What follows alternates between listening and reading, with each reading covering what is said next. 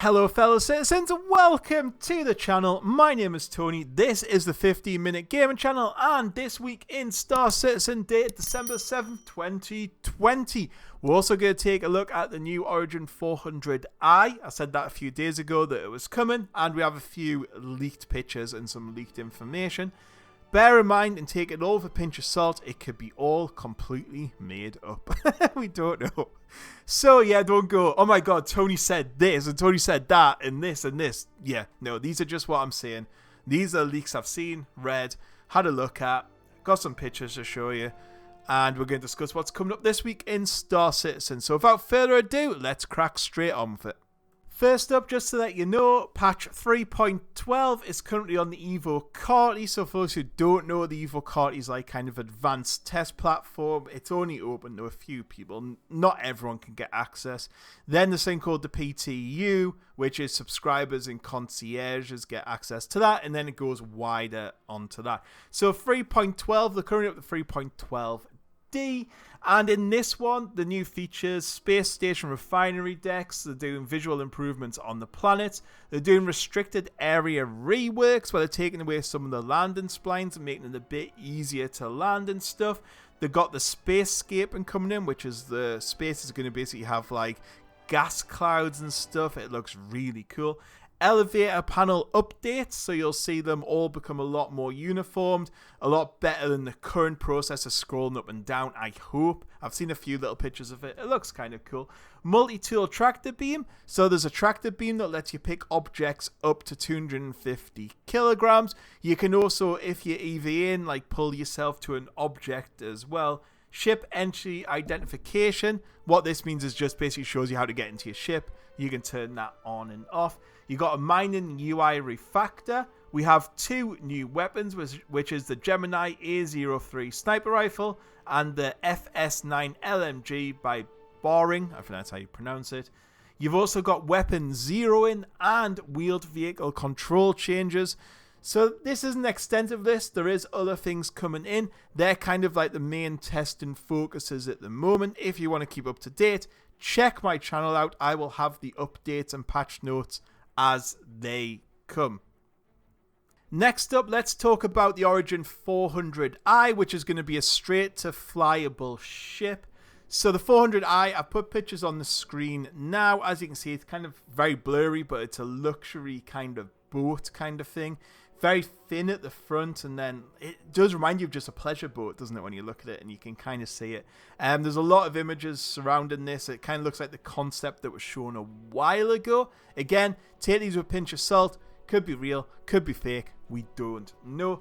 But some information on the 400i, which has been, well, leaked, is the 400i was built to compete with the Freelancer and Cutlass as a multi-role vessel with Origin's refined design, so it's there for doing different things in the verse, but this one's going to be a little bit more classy. The cockpit is the same as all the rest, so it'll have two support seats and a central pilot seat with some support station access and rear remote turret.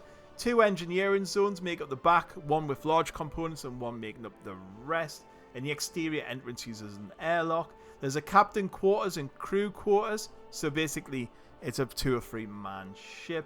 A single bathroom for everyone. No, gotta share. There's no toilet apparently. A suit locker and EVA for your armor. These including garage can make up to 6 primary rooms. So basically you got a bit of a garage, you got your EVA storage, your captain quarters, your other things in engineering. The garage is separate from the cargo, but it can store a single G12 rover. I like the G12 rover. I did actually, it was one of the first things I purchased in the game for a while. Like, I saw it and I was like, ooh, I haven't played Star Citizen for a while. That looks really cool. I melted it quite quickly, but I'm looking forward to that being in the game. And the cargo area is similar to the 300i, which basically the underbelly comes down to the ground to allow storage. That's the initial, we don't know yet. It could all be false, could be true, we don't really know, as I keep saying. So take all this with a pinch of salt. The way it looks, I can kind of see that cargo hold being there. Also, it seems very thin at the front.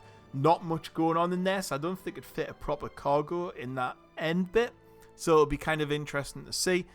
There's no giveaway on cost or anything yet. Being an Origin ship and somewhere in between ships. So obviously it's bigger than like the 300 series, the 100 series. I would say if they're going to go along the Freelancer Cutlass route, but they want to make it more refined, a bit bigger, I reckon about $200 to $250. I reckon about $200 to $250 is what I would have a guess at. But again, that's not based on anything. That's just my personal opinion. And now moving on to what's coming up this week. On Tuesday, the narrative team will treat us to an interview with the bartender about what it's like to sling drinks to a diverse group of travelers who visit ArcCorp. A little bit weird, but, you know, people like that sort of thing. I don't know why you would want that. On Wednesday, we'll bring you the monthly subscriber update, and you'll receive answers to your most burning questions about the Perseus gunship.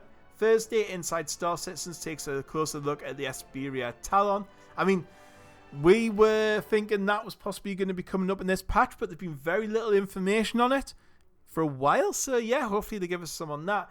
And also what the teams have been working on in the usual sprint report, which is usually my favourite thing. On Friday, you'll see an update to Subscriber Vault and RSI newsletter. We'll also welcome a new episode of Star Citizen Live, which will broadcast over on Twitch. Links in the description. This time we'll have Star Citizen Live director Todd Pappy and core gameplay director Richard Tyra? It's probably not even Pappy and Tyra, it's something like Pappy. I don't know if it sounds good. On this show, to answer your questions about the upcoming Alpha 3.12 patch. If you're wondering when 3.12 comes out, it's usually the final patch of the year is around about the 20th of December, because then you run into Christmas and obviously there's holidays and time off and bank holidays and that sort of thing to take care of. So usually it's around about the 19th or 20th of the month. So hopefully it's only maybe 13, 14 days, 2 weeks away until we see this patch. And there's nothing really too amazing in it. Nothing that makes me go, wow, I can't wait to try that. But there's a couple of nice little things coming. Quality of life changes and weapon zero should be quite fun. I'm looking forward to seeing these spacescapes to make, you know, these mass gas clouds that just look amazing. The tractor beam is going to be a lot of fun to play with. We've got refinery decks to move around in. So there's a lot of things coming up there that could be interesting. And yeah, that's kind of it for this week. As I said, keep an eye on my channel. I will publish the notes of the latest Evocati patch as soon as I can. Usually they release them at night. I'll do it first thing in the morning. When it drops onto PTU, I'll let you know, and I'll bring the patch notes and stuff like that, and we'll keep an eye on this 400i as we go. So thank you very much for listening, and I was going to say watching there. Yeah, you're kind of watching and listening. And I will catch you all on the next show. Goodbye.